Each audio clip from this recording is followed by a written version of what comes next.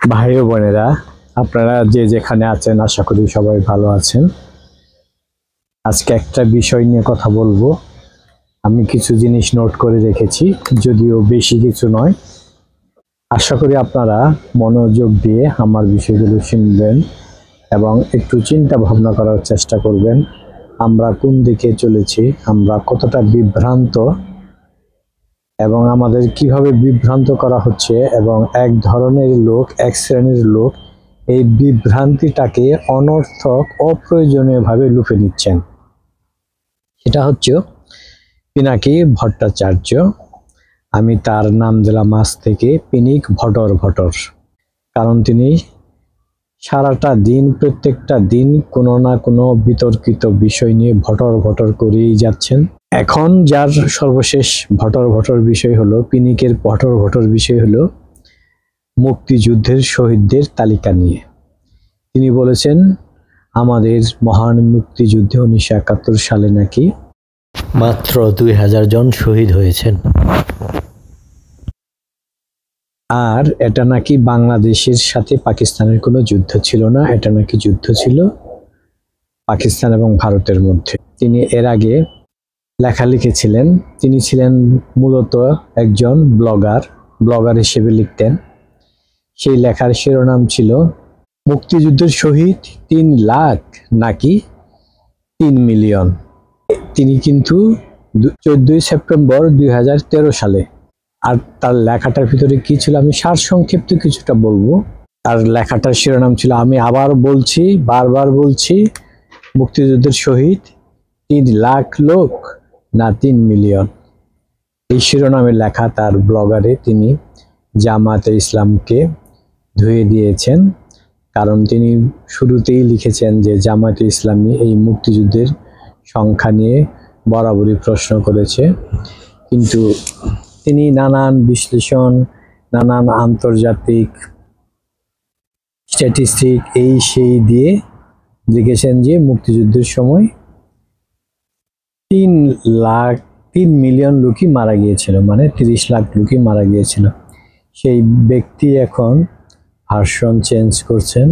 একটা বিকৃত উম্মাদ, কি বলবো, এর আসলে কি চায়? এ চায় আসলে আলোচনায় থাকতে।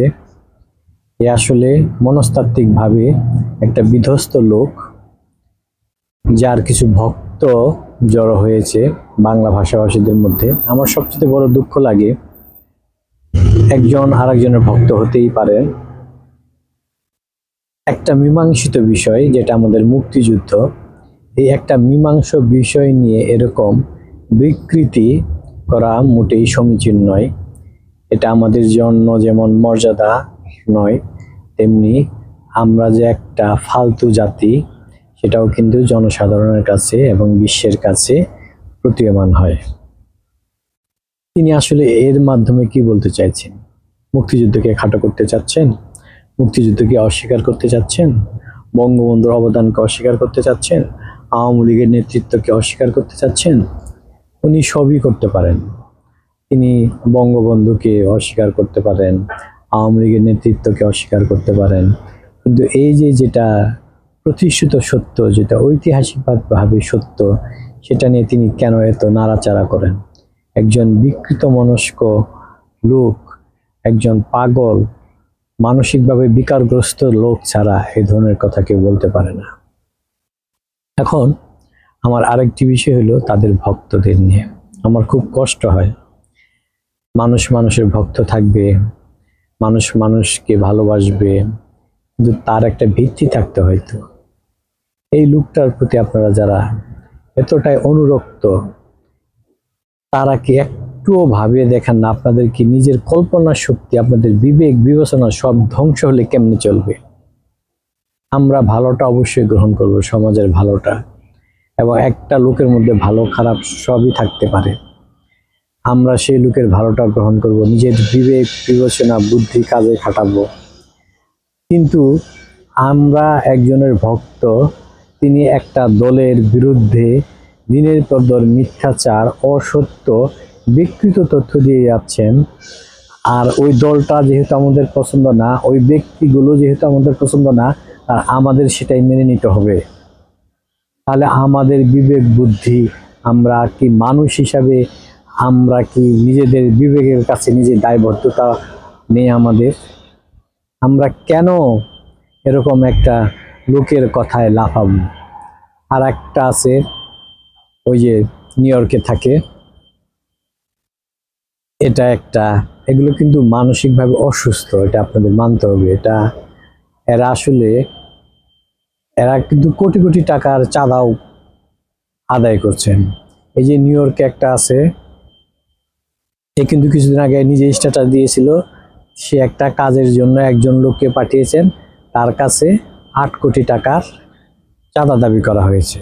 আচ্ছা, একটা 8 কোটি টাকার চাঁদা দাবি করা হয়, নিশ্চয়ই সেখানে তিনি 800 টাকার কাজের জন্য, তদবিরের জন্য সেখানে গিয়েছিলেন।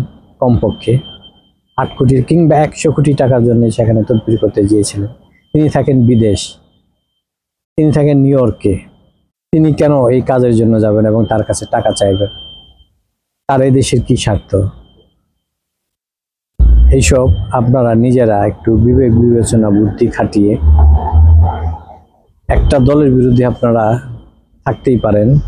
অনেকে আছে আওয়ামী লীগ দীর্ঘদিন ক্ষমতায় থাকার পর আওয়ামী লীগের দ্বারা নির্যাতিত হয়েছেন, আওয়ামী লীগের নেতাকর্মী দ্বারা, তৃণমূল নেতাকর্মীদের দ্বারা নির্যাতিত হয়েছে। আওয়ামী লীগ তাদের ভালো লাগে না, অন্য একটা দল ভালো লাগে, লাগতেই পারে, এটাই একটা গণতান্ত্রিক সৌন্দর্য। কিন্তু তাই বলে এরকম বিকৃত মনস্কা, এই যে আমি মনস্কা লোকদের কথায় আমাদের চলতে হবে।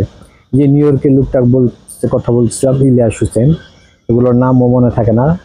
খুবই অনেস্ট, আমি এই যে সত্য কথা বলতেছি, যে এই ইলিয়াস হোসেনের একটা ভিডিও দেখার আমার রুচি হয় না। চেষ্টা করেছি, কিন্তু মাঝখানে তখন যখন এই যেমন এই যে ডালিমে যখন সাক্ষাৎকার নিল, আমি ভিডিও করার জন্য বেশ কয়েকবার দেখেছি এই ভিডিওটা। শুধু সেখানে তার মন্তব্য হলো, একটা উপস্থাপকের মন্তব্য হলো, বঙ্গবন্ধু কালপ্রিট বঙ্গবন্ধু। বঙ্গবন্ধু যাই করেছে, এখন যে সরকার করছে, শেখ হাসিনা যা করেছে, শেখ হাসিনা সরকারের লোকজন যা করেছে, তারপরে এর আগে এরশাদ যা করেছে, এর আগে জিয়া রহমান যা করেছে, বঙ্গবন্ধু কি তার চাইতে খারাপ কিছু করেছে? কোন দলটা বাংলাদেশের ভালো? বঙ্গবন্ধুর প্রতি তাদের এত বিদ্বেষ, ঘৃণা, এত অপপ্রচার কেন? কারণ তিনি আমাদের স্বাধীনতা এনে দিয়েছেন। এই ইলিয়াস হোসেন তিনি নিজে একটা স্ট্যাটাস দিয়েছেন, এবং তিনি হয়তো একটা ভিডিও ক্লিপসও ভাইরাল হয়েছিল। তিনি একটা কাজের জন্য এক জায়গায় লোক পাঠিয়েছেন, সেখানে তার লোকের কাছে 8 কোটি টাকা চাওয়া হয়েছিল। সে কেন, এই আপনাদের মনে কি প্রশ্ন জেগেছে কি ধরনের কাজ এবং কেন পাঠিয়েছেন এবং টাকা কেন চাইবে? অবৈধ কাজ করতে চাইলেই তো অবৈধ কাজ, লোকজনরা টাকা চায়, ভাগ চায়।